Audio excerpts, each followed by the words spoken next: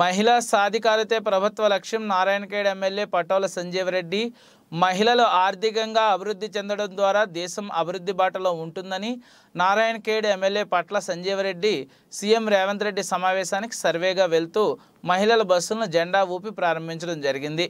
ఈ కార్యక్రమంలో municipal chairman Anand Swaroop Petkari, municipal vice chairman Daram Shankar Seth, Ramesh Chauhan, Tayar, IKP సిబ్బంది టెట్కా నాయక్, సాయిలు తదితరులు పాల్గొన్నారు। ఏదైతే ఐకేపీకి సంబంధించి డ్వాక్రా మహిళలు ఎవరైతే ఉన్నారో వారిని ఉద్దేశించి మా గౌరవనీయులు ముఖ్యమంత్రి గారు రేవంత్ రెడ్డి గారు ప్రసంగించనున్నారు।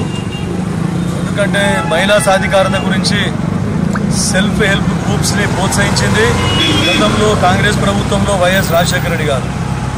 ఎందుకంటే వాళ్ళకు కేవలం పావులా వడ్డీకే రుణాలు ఇచ్చి మళ్ళీ ఇంట్రెస్ట్ లేకుండా మిత్తి లేకుండా ఆ పావుల వడ్డీని కూడా మళ్ళీ తిరిగి వాళ్ళకు వాపసు ఇవ్వడం జరిగింది।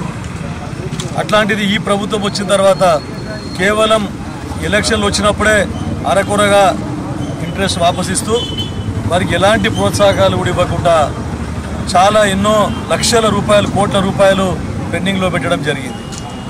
కానీ మరొకసారి ఎందుకంటే మనం ముఖ్య ఉద్దేశం ఏంటంటే మహిళా సాధికారత, మహిళలు ఇంట్లో బాగుంటే కుటుంబం బాగుంటుంది, మహిళలు ఆర్థికంగా ఎదిగితే ఆ కుటుంబం మొత్తము ఎదుగుతుంది, పిల్లలు బాగా చదువుకుంటారు, పిల్లలు కూడా ఆర్థికంగా ఎదుగుతారు, ఆ కుటుంబానికి తోడుగా ఉంటారు అని చెప్పేసి మహిళా సాధికారతకు ఫస్ట్ ప్రాధాన్యత ఇస్తూ మా కాంగ్రెస్ ప్రభుత్వాలు వారికి అన్ని ప్రోత్సాహకాలు అందించడం జరిగింది। ఈరోజు కూడా గతంలో ఉన్నటువంటి ఏదైతే బకాయిలు ఉన్నాయో గత 10 సంవత్సరాల నుంచి టీఆర్ఎస్ ప్రభుత్వము పెండింగ్లో పెట్టినటువంటి బకాయిలన్నిటినీ సుమారు 1000 కోట్ల రూపాయల వడ్డీని తిరిగి అన్ని డ్వాక్రా సంఘాలకు తిరిగి ఇవ్వడం జరుగుతూ ఉంది। ఇచ్చి అన్ని విధాల వారికి సాధికారత గురించి ఆర్థికంగా వారు ఎదగడానికి కృషి చేస్తూ ఉన్నారు।